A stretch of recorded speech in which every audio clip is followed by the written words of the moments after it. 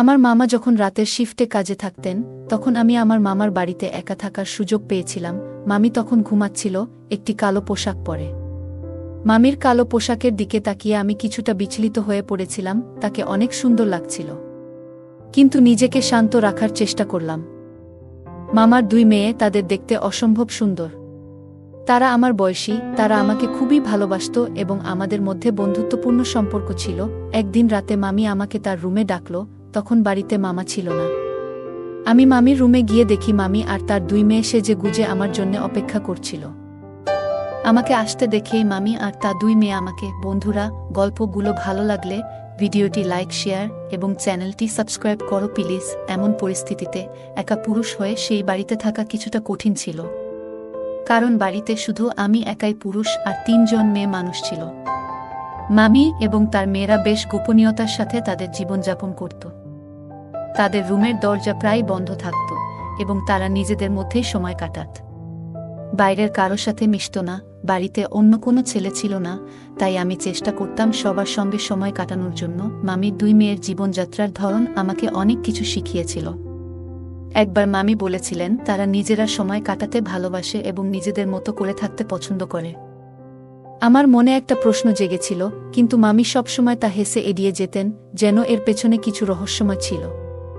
এটা আমার জন্য একটা নতুন অভিজ্ঞতা ছিল। আমি প্রায়ই ভাবতাম, কেন মামি দুই মেয়ে তাদের রুমে এতটা সময় কাটায় এবং বাইরের জগতের সঙ্গে কম মেশে।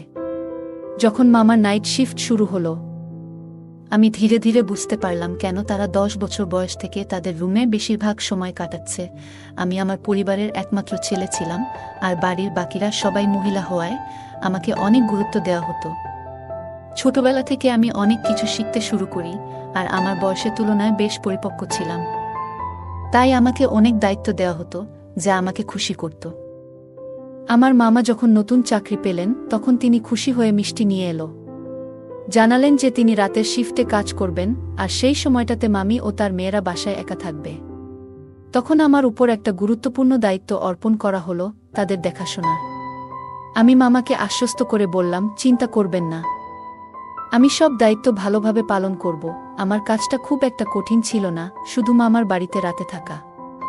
এতে করে আমার পরিবারের সদস্যরা আমার অনেক প্রশংসা করত। সবাই জানত যে আমি আমার মামার অনুপস্থিতিতে দায়িত্ব পালন করছি, তাই আমাকে সবাই সম্মান করত। তবে আমি জানতাম না যে এই দায়িত্ব পালন করা কতটা চ্যালেঞ্জিং হতে পারে, কারণ আমাকে 3 জন যুবতীর সঙ্গে এক ছাদের নিচে সময় কাটাতে হতো। তবু আমি মামাকে আশ্বস্ত করে বললাম, আপনার চিন্তা নেই, আমি ঠিকভাবে সব সামলাবো। আমার মা সবসময় বলতেন, সুনীল এখন বড় হয়ে গেছে। 16 বছর বয়সে আমার কাঁধে অনেক বড় দায়িত্ব এসে পড়েছিল, যা আমার জন্য বেশ কঠিন মনে হতো। প্রতি সপ্তাহে মামি নিজেই আমাকে নিয়ে আসতেন, কিন্তু ধীরে ধীরে কিছু পরিবর্তন হতে শুরু করে।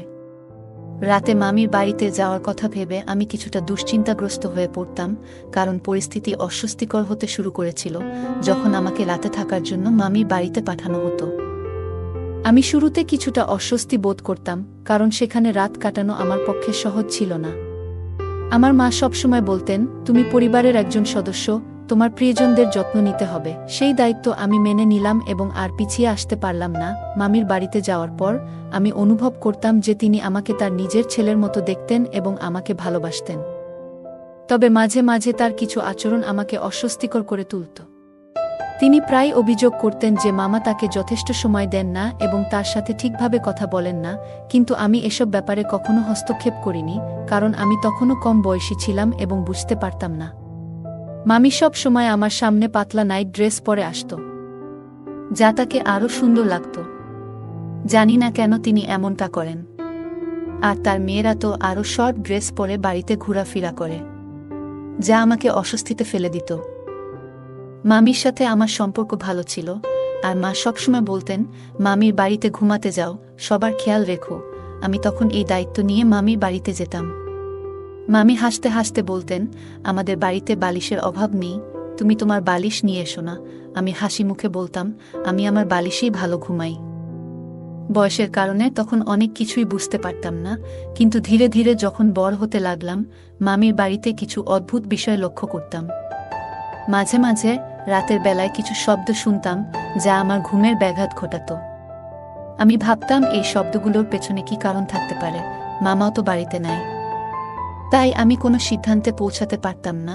মামার বাড়ি আমার জন্য এক ধরনের অদ্ভুত ও অস্বস্তিকর পরিবেশ সৃষ্টি করেছিল, যেখানে শান্তিতে থাকা আমার পক্ষে কঠিন ছিল। তার মধ্যে আবার মামি আর তার 2 মেয়ে আমার পিছনে লেগেই আছে। যাই হোক, আমি মামির বাড়ির কিছু অদ্ভুত আওয়াজ শুনে কৌতূহলী হয়ে পড়েছিলাম, কিন্তু আমি জানতাম যে অন্যের ব্যক্তিগত ব্যাপারে নাক গলানো উচিত নয়। তাই আমার প্রশ্নগুলো নিজের মধ্যেই রেখেছিলাম এবং মামি বা তার মেয়েদের সাথে এই বিষয়ে কথা বলিনি। সত্যি বলতে, মামির বাড়ির পরিবেশ আমাকে কিছুটা অস্বস্তিকর করে তুলেছিল। ছোটবেলা থেকেই আমার মা আমাদের শালীনতা এবং শালীন পোশাকের শিক্ষা দিয়েছিলেন, যা আমাদের পরিবারের একটি সাধারণ রীতি ছিল। কিন্তু মামি আর মামির মেয়েরা এসব বিষয়ে তেমন গুরুত্ব দিত না, যা আমাকে ভাবিয়েছিল। মামির মেয়েরা প্রায়ই ঘরের হালকা পাতলা পোশাকে ঘুরে বেড়াত। মাঝরাতে পানি খেতে গেলে তাদের এমন কিছু আচরণ আমার কাছে অদ্ভুত মনে হতো, কারণ আমি তাদের বাড়ির ড্রয়িং রুমে ঘুমাতাম। তারা কেউ রাতে রুম থেকে বের হলে আমার চোখে পড়ত। আমি জানতাম না কিভাবে এসব পরিস্থিতির মুখোমুখি হতে হবে, তাই যখনই তারা আমার সাথে রাতে কথা বলার চেষ্টা করত, আমি ঘুমের ভান করতাম। বয়সের কারণে তাদের এই আচরণে আমার মনে নানা রকমের আবেগ জেগে উঠত, কিন্তু আমি সেগুলো দমিয়ে রাখতাম। একদিন রাতে মামি আমাকে দুধ খেতে দিয়ে বললেন, এটা খাও, তারপর ভালোভাবে ঘুমাও। আমি দুধ খেয়ে রুমে ফিরে গেলাম, কিন্তু তখনও কিছু অদ্ভুত শব্দ শুনতে পেলাম। ফ্যান বন্ধ করে দেওয়ার পর শব্দগুলো আরও পরিষ্কারভাবে শোনা যাচ্ছিল, যা আমাকে কিছুটা বিচলিত করে তুলল। আমি ভাবতে শুরু করলাম, এখানে কি ঘটছে? আমি তখন নিজেকে শান্ত করার জন্য একটু হাঁটাহাঁটি শুরু করলাম। অজান্তেই আমি মামির মেয়েদের রুমের কাছে চলে এলাম এবং দরজার কাছে থেমে গেলাম। শব্দগুলো মনোযোগ দিয়ে শুনে আবার কিছুটা ভয় পেয়ে গেলাম। এই পরিস্থিতি আমাকে চিন্তায় ফেলে দিল, কিন্তু আমি বুঝতে পারছিলাম না আসলে কি হচ্ছে। তখন আমি নিজেই সিদ্ধান্ত নিলাম যে এসব নিয়ে আর চিন্তা না করে শান্ত থাকতে হবে, কারণ ঘরের ভিতরে কিছু দেখা যাচ্ছিল না। পরের দিন সকালে আমি আমার মাকে বললাম যে মামির বাড়িতে সময় থাকা খুব একটা সহজ নয়। আমি মনে মনে ঠিক করেছিলাম, এরপর থেকে মামির বাড়িতে ঘুমাতে গেলে সবকিছু ঠিকঠাক থাকবে, পরিবারের সবাই শান্তিতে থাকবে এবং আমি নিজেও যেন স্বস্তিতে থাকতে পারি। হয়তোবা রাতে আমরা সবাই নিজেদের কাজ নিয়ে ব্যস্ত ছিলাম। যখন ঘুমানোর সময় এলো, তখন আমি মামির ঘরের দরজার কাছে গিয়ে দেখলাম তার বড় মেয়ে রুমি আমাকে সোফায় বসে থাকা দেখে কিছুটা চমকে গেল। সে আমাকে দেখে জিজ্ঞেস করল, তুমি এখনো জেগে আছো কেন? আমি বললাম, ঘুম আসছে না। আর তুমি কেন জেগে আছো? রুমি একটু থেমে বলল, আমি শুধু পানি খেতে এসেছি। তার কথায় কিছুটা অস্বস্তি টের পেলাম, কারণ রুমির মুখের ভাবটা যেন একদম আলাদা। আমি ভাবতে লাগলাম, সত্যিই কি সে শুধু পানি খেতে এসেছিল, নাকি আরও কিছু? আমি রুমে একটি জগ এবং গ্লাস নিয়ে গেলাম, কিন্তু রুমিকে রান্নাঘরে কিছুক্ষণ কাটাতে দেখে আমার কৌতূহল আরও বেড়ে গেল। রুমি রান্নাঘর থেকে একটি ছোট জিনিস হাতে নিয়ে বেরিয়ে এলো এবং যখন দেখল আমি তার দিকে তাকিয়ে আছি, তখন সে কিছুটা অস্বস্তি বোধ করল। তার এই আচরণে আমার মনে প্রশ্ন জাগল, সে কি লুকাতে চাইছে? রুমির মুখের ভাবটা যেন বলছিল সে কিছু লুকাতে চাইছে। সে ক্লান্ত মনে হচ্ছিল এবং তার হাঁটাচলায় এক ধরনের অন্যমনস্ক ভাব ছিল। আমি ভাবতে লাগলাম, রান্নাঘরে সে কি এমন কিছু পেয়েছিল যা তাকে এত অস্বস্তিতে ফেলল? তার এই অস্বাভাবিক আচরণ আমাকে ভাবিয়ে তুলল। রাতে এসব ভেবে আমি ঠিকমতো ঘুমাতেও পারলাম না। আর ভোরবেলা মা আমাকে জিজ্ঞেস করলেন, তুমি কেন এত অস্থির লাগছ? মাকে বললাম, মামার বাসায় রাতে ঠিকমতো ঘুমাতে পারিনি। মা বললেন, মামার বাসা তো আমাদের নিজের মতোই, কেন তুমি সেখানে অস্বস্তি বোধ করছো? আমি মাকে আর কিছু বলতে চাইলাম না, কারণ জানতাম এতে কোনো লাভ নেই। সামনে 6 দিন সময় আছে, আমাকে যেভাবেই হোক সেখানে গিয়ে থাকতে হবে। রাতে আমি আবার খেয়াল করলাম, ফ্যান বন্ধ করলেই আশেপাশে কিছু অদ্ভুত আওয়াজ শোনা যায়। আগের মতো সেই কণ্ঠগুলো আমার ঘুমে ব্যাঘাত ঘটাচ্ছিল, আর আমি ভাবছিলাম আসলে কি হচ্ছে। ফ্যান বন্ধ করে দিয়ে চেষ্টা করলাম, হয়তো এবার আমি ঠিকমতো আওয়াজের উৎসটা বুঝতে পারব। রাতের অদ্ভুত আওয়াজগুলো আমাকে বেশ ভাবিয়ে তুলেছিল। কি হতে পারে এসবের পেছনে? আমি আমার মামির বাড়িতে যখন গিয়েছিলাম, তখন এক অদ্ভুত পরিবেশ টের পেয়েছিলাম। কম্বল মুড়িয়ে শুয়ে থাকার সময় খেয়াল করলাম রুমি চুপচাপ ঘরের বাইরে উকি দিয়ে দেখল আমি ঘুমিয়ে আছি কিনা। কিছু না বুঝেই সে সিঁড়ি বেয়ে ছাদে উঠল। তার এই আচরণ আমাকে কৌতূহলী করল। তার ছাদে যাওয়ার পেছনে কি কোনো বিশেষ উদ্দেশ্য ছিল, নাকি আমাকে কিছু বুঝাতে চাচ্ছিল? আমি জানতাম মামির মেয়েরা যদি কিছু ভুল করে এর দায়ভার আমার উপর পড়বে। তাই ঠিক করলাম আমি সতর্ক থাকব। মামা আমাকে দায়িত্ব দিয়ে গেছেন, তাই এটা পালন করাও আমার কর্তব্য। পরের রাতে যখন রুমি আবার ছাদে গেল, আমি তার পিছু নিলাম। বারান্দায় গিয়ে যা দেখলাম তা দেখে আমি চমকে উঠলাম। রুমি কিছু একটা করছিল যেটা আমার নজর এড়িয়ে যাচ্ছিল না। আমি তার সামনে দাঁড়াতেই সে ভয় পেয়ে গেল এবং ছাদ থেকে তাড়াতাড়ি নেমে এলো। আমি তাকে প্রশ্ন করলাম, তুমি এখানে কি করছো? রুমি ভয়ে ভয়ে বলল, তুমি কে আমার কাজ নিয়ে প্রশ্ন করার? যা করছো সেটা করো। তার আচরণে আমি হতবাক হয়ে গেলাম। তখনই সে হঠাৎ আমার পায়ের কাছে পড়ে গেল এবং অনুরোধ করল, পাপাকে কিছু বলো না, তুমি কিছু জানো না। তার এই কথা শুনে আমি থমকে গেলাম। কি এমন হতে পারে যা সে এত লুকাতে চাচ্ছে? নিশার কথায় আমার কৌতূহল আরও বেড়ে গেল। এটা কি সত্যিই মামির সাথে কোনো সম্পর্কিত ব্যাপার, নাকি কিছু অন্যরকম? তার এভাবে অনুরোধ করাটা আমাকে আরও চিন্তায় ফেল, কিন্তু আমি কিছু না বলেই চুপ করে থাকলাম। বুঝলাম, এই রহস্যের পেছনে আরও কিছু আছে যা আমি জানতে চাই। আমি নিজেকে খুব অস্থির অনুভব করছিলাম যখন রুমি আমার সামনে হাত জোড় করে অনুরোধ করল, বাবাকে কিছু বলো না, এতে আমাদের অবস্থা আরও খারাপ হবে। সে আমাকে বলল, তুমি তোমার রুমে যাও, আর কখনোই ছাদে আসবে না। রুমির এই কথায় আমার মন অস্থির হয়ে গেল, কারণ আমি কখনো ভাবিনি যে আমার মামির সাথে এমন কিছু ঘটতে পারে। আমি রুমির কথায় বিশ্বাস করেছিলাম, কিন্তু যা ঘটছিল তার সত্যতা যাচাই করা আমার জন্য জরুরি হয়ে পড়ল। রাতের সেই ঘটনার পরদিন সকালে আমি বাসায় ফিরলাম, কিন্তু রুমির চিন্তায় সারাক্ষণ তাড়িত হতে থাকলাম।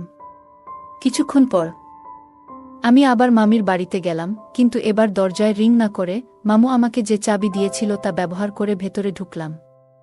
ভেতরে যা দেখলাম তা দেখে আমি স্তব্ধ হয়ে গেলাম। আমি জানতাম না যে আমার মামি তাদের সৎ মা ছিলেন। তার আসল বোনের মৃত্যু হলে মামিকে তাদের দেখাশোনার দায়িত্ব নিতে হয়েছিল। তিনি তাদের শাসনের নামে অত্যাচার করতেন, আর এই অত্যাচার গোপনে চলত। নিশা এবং তার বোন প্রতিদিন এসব সহ্য করত। এক রাতে আমি যখন বারান্দায় গেলাম, দেখলাম রুমি কিছু কালো জাদুর মতো জিনিস ছড়িয়ে বসে আছে। আমি ভাবলাম সে হয়তো কোনো ছেলের জন্য এসব করছে, কিন্তু যখন তাকে জিজ্ঞাসা করলাম, সে বলল, আমি মামির অত্যাচার থেকে মুক্তি পেতে চাই। রুমি বলল, তার এক বান্ধবী তাকে এই উপায় শিখিয়েছে যা নাকি তাকে এই কষ্ট থেকে রেহাই দিতে পারে। রুমি আমাকে তার শরীরের আঘাতের চিহ্নও দেখালো, যা প্রমাণ করছিল সে সত্যিই অনেক কষ্ট সহ্য করছে। এরপর আমি তাকে ঘরে যেতে দিলাম, আর বাকিটা দিন ভেবে কাটালাম। বিকেলে যখন আমি মামির বাড়িতে ফিরে গেলাম, তখন সবকিছু স্বাভাবিক মনে হলো, কিন্তু রুমির মুখের কথা আমাকে চিন্তায় ফেলে দিয়েছিল। একদিন আমি গিয়ে মামিকে বললাম, এই বাড়িতে তোমার আর কোনো মর্যাদা থাকবে না, আমি সব জানি। আমাকে দেখে মামি হঠাৎ জ্ঞান হারিয়ে ফেললেন। তখন মেজাজ হারিয়ে চিৎকার করে বলতে লাগলেন, এই দুই মেয়ের ভার আর কতদিন বহন করব? মামি তার দুই বোনকে ধরে ঘরে নিয়ে গেলেন। সন্ধ্যায় মামা বাড়ি ফিরলে আমি তাকে সবকিছু বললাম। তিনি মামিকে বললেন, তোমার সঙ্গে আর থাকা সম্ভব নয়, বাস্তবতা খুবই কঠিন। একজন সৎ মা কেমন হতে পারে তা আমরা অনেকেই জানি, কিন্তু যখন তিনি এতটা নিষ্ঠুর হয়ে ওঠেন যে নিজের মেয়েদেরও নির্যাতন করেন, তখন তা সত্যিই অমানবিক। এটা আমাদের সমাজের এক কঠিন বাস্তবতা যে অনেক সময় সৎ মায়েরা প্রথম স্ত্রীর সন্তানদের সাথে অন্যায় আচরণ করেন। শিশুরা কেবলমাত্র ভালোবাসারই পিপাসু, আর এই ভালোবাসার অভাব তাদের জন্য ভীষণ ক্ষতিকর হতে পারে। জীবনের যে কোনো পরিস্থিতিতে আমাদের আবেগ ও চিন্তাভাবনা নিয়ন্ত্রণ করা উচিত এবং অন্যের ব্যক্তিগত বিষয়ে সীমা লঙ্ঘন করা উচিত নয়। কারো গোপনীয়তা বা ব্যক্তিগত সমস্যায় হস্তক্ষেপ আমাদের জন্য ক্ষতিকর হতে পারে। তাই সঠিক ও ভুলের মধ্যে পার্থক্য বুঝতে শেখা উচিত, বিশেষ করে চ্যালেঞ্জিং পরিস্থিতিতে। এই গল্পটি আমাদের শেখায়, কঠিন সময়ে ধৈর্য ধরে সঠিক সিদ্ধান্ত নেওয়া কতটা গুরুত্বপূর্ণ, এতে ভবিষ্যতের সমস্যাগুলি এড়ানো সম্ভব হয়। গল্পটা কেমন লাগলো জানাতে ভুলবে না। আরও মজার মজার রোমান্টিক গল্প শুনতে চাইলে ভিডিওটি লাইক, শেয়ার এবং চ্যানেলটি সাবস্ক্রাইব করতে এবং বেল আইকনটি ক্লিক করতে ভুলবে না। ধন্যবাদ।